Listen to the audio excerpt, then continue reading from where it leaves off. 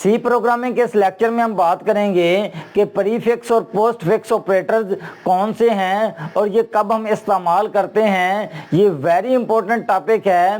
किसी भी एग्ज़ाम या इंटरव्यू के हवाले से स्टूडेंट को हमेशा इस टॉपिक में कहीं ना कहीं कन्फ्यूजन ज़रूर रहती है। इसमें मैंने डेफिनेशन और एग्जाम्पल के ज़रिए इसको बड़े क्लियर अंदाज में इसको कवर किया है। हम इसके शुरू करते हैं नोटेशन से कि जो हमारा प्रीफिक्स है ये इंक्रीमेंट भी हो सकता है और प्रीफिक्स हमारा डिक्रीमेंट भी हो सकता है, और उसी तरह से पोस्टफिक्स भी हमारा इंक्रीमेंट भी हो सकता है और डिक्रीमेंट भी। लेकिन कब प्रीफिक्स हमारा इंक्रीमेंट तब होगा जब इसमें दो प्लस प्लस की अलामतें जो हैं ये पहले आएंगी, उसके बाद किसी वेरिएबल का नाम होगा, तो ये हमारा प्रीफिक्स इंक्रीमेंट ऑपरेटर होगा। और इंक्रीमेंट कितना इंक्रीमेंट करेगा किसी वेरिएबल में? प्लस प्लस एक बार इंक्रीमेंट करता है किसको? आई जो साथ में वेरिएबल है उसकी वैल्यू को। अगर आई की वैल्यू हमने 10 लिख दी और उसके बाद प्लस प्लस आई किया तो आई की वैल्यू 11 हो जाएगी, और जो माइनस माइनस आई है ये उसकी वैल्यू को एक बार कम कर देगा और उसकी वैल्यू 9 रह जाएगी, और इसको हम बोलेंगे ये हमारे पास प्रीफिक्स डिक्रीमेंट है। और जो पोस्टफिक्स है उसका भी सेम काम है, ये भी एक बार इंक्रीमेंट करेगा वैल्यू को या एक बार डिक्रीमेंट करेगा। लेकिन इसकी नोटेशन क्या होगी? आई की वैल्यू बाद में इसके प्लस प्लस का साइन आएगा, और माइनस बी जो डिक्रीमेंट होगा ये भी माइनस माइनस की जो अलामत है या जो ऑपरेटर है ये बाद में आएगा। लेकिन ख्याल रहे इनमें एक मेजर डिफरेंस है जो मैंने इस एग्जांपल में कवर किया है। अगरचे दोनों वन टाइम किसी वेरिएबल की वैल्यू को इंक्रीमेंट करते हैं, कौन सा वेरिएबल? जो हमने उस ऑपरेटर के साथ लिखा होगा उसकी वैल्यू को प्रीफिक्स हो या पोस्टफिक्स हो एक बार वैल्यू को इंक्रीमेंट करेगा या एक बार डिक्रीमेंट करेगा। लेकिन फर्क क्या है? इसमें मैंने ये दो वेरिएबल आई और जे लिए हैं जिसकी वैल्यू 5 और 10 कर दी है। दो दूसरे वेरिएबल लिए हैं ए और बी। जब ए की वैल्यू को मैंने वन टाइम डिक्रीमेंट किया, माइनस माइनस किया है, आई की वैल्यू थी 5, अब आई की वैल्यू को 4 हो जाना चाहिए, तो यहां पे ए की वैल्यू 4 हो जाएगी क्योंकि माइनस माइनस ए ने एक बार जो आई की वैल्यू है उसको कम किया। जब आई की वैल्यू 5 थी से 4 हुई तो ए को वही 4 वैल्यू मिली, तो ए की वैल्यू 4 और आई की भी 4 हो जाएगी। लेकिन जब b is equal to j minus minus, यहाँ पे मैंने प्रीफिक्स डिक्रीमेंट लिया है और यहाँ पे मैं पोस्ट फिक्स डिक्रीमेंट कर रहा हूँ क्योंकि माइनस माइनस की जो अलामत है वो बाद में आ रही है। b is equal to j minus minus अगर मैं करता हूँ तो जे माइनस माइनस करने से क्या होगा? जो जे वेरिएबल की वैल्यू है वो एक बार कम हो जाएगी, बिल्कुल जे की वैल्यू 9 रह जाएगी, और जो बी को वैल्यू मिलनी चाहिए वो भी तो 9 मिलनी चाहिए ना, जो जे की वैल्यू ही है। लेकिन बी को 9 नहीं वैल्यू मिलेगी, बी को वैल्यू 10 मिलेगी। उसकी रीजन क्या है कि जो जे के अंदर वैल्यू पड़ी थी वो 10 थी, जब हमने असाइन की वैल्यू तो जे की जो वैल्यू थी वो वही करंट वैल्यू बी को मिल जाएगी। लेकिन इसमें डिक्रीमेंट कब हुआ? बाद में हुआ। बाद में होने से जो जे वेरिएबल था उसकी वैल्यू तो कम हो जाएगी, 10 से 9 रह जाएगी, लेकिन जो बी है उसको वही करंट वैल्यू मिलेगी जो जे के अंदर पड़ी थी। तो इस तरह से बी की वैल्यू 10 आएगी और जे की वैल्यू 9 हो जाएगी। अगर यहीं पे मैं प्लस प्लस ऑपरेटर यूज कर दूं, देखिए अब मैं इसको प्लस प्लस करता हूं, आई की वैल्यू जो 5 थी उससे 1 ज्यादा हो गई तो आई की वैल्यू कितनी हो जाएगी? 6 हो जाएगी यहाँ पे। और जो ए को वैल्यू मिलेगी, बिल्कुल ये वैल्यू इंक्रीमेंट हो चुकी है, जो इंक्रीमेंट हो गई वैल्यू वही वाली ए को मिलेगी, तो यहाँ पे सॉरी आई की वैल्यू भी 6 होगी और ए की वैल्यू भी 6 होगी। और जो b है यहाँ पे b को वैल्यू कौन सी मिलेगी?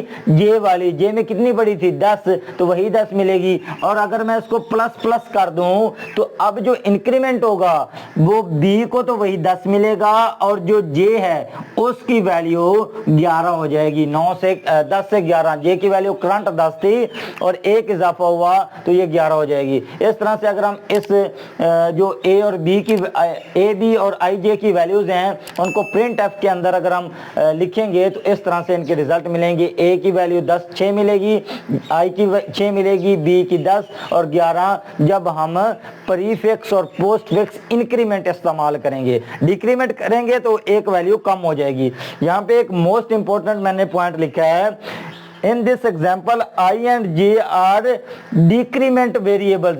डिक्रीमेंट भी हो सकते हैं, ये इंक्रीमेंट भी हो सकते हैं। प्लस यूज करोगे प्लस प्लस तो इंक्रीमेंट, माइनस माइनस तो डिक्रीमेंट।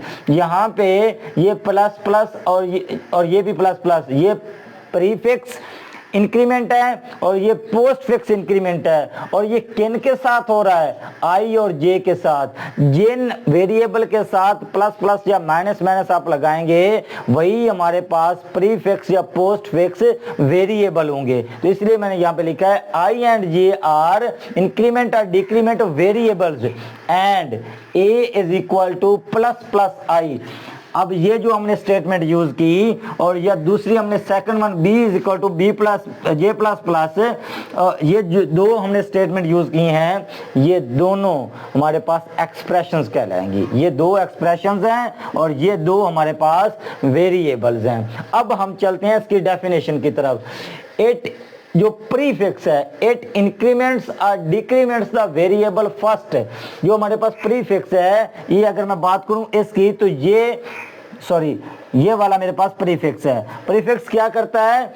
इंक्रीमेंट और डिक्रीमेंट द वेरिएबल फर्स्ट। ये उस वेरिएबल को पहले इंक्रीमेंट या डिक्रीमेंट करता है and then use it in any expression, और बाद में किसी एक्सप्रेशन में इसको ये यूज करता है। पहले इस वेरिएबल की वैल्यू आई जे की ये इंक्रीज करेगा, फिर इसको ये एक एक्सप्रेशन में इस्तेमाल करेगा। और बिल्कुल उसी तरह से जो हमारे पास है postfix, it uses the current value of the variable. Current value J की जो करंट वैल्यू है ये एक्सप्रेशन के अंदर यूज होगी। करंट वैल्यू जे की जो थी वो 10 थी, यही एक्सप्रेशन में बी को मिलेगी।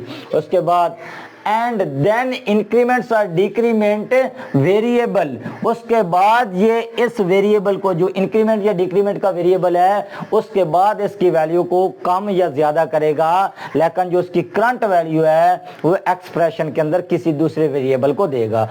और अगर हम यहाँ पे बात करें इसी आई और जे की 5 और 10 वैल्यू लेते हुए अगर हम इस एक्सप्रेशन को सॉल्व करने की कोशिश करें तो आप सोचें कि इसका आंसर क्या होगा।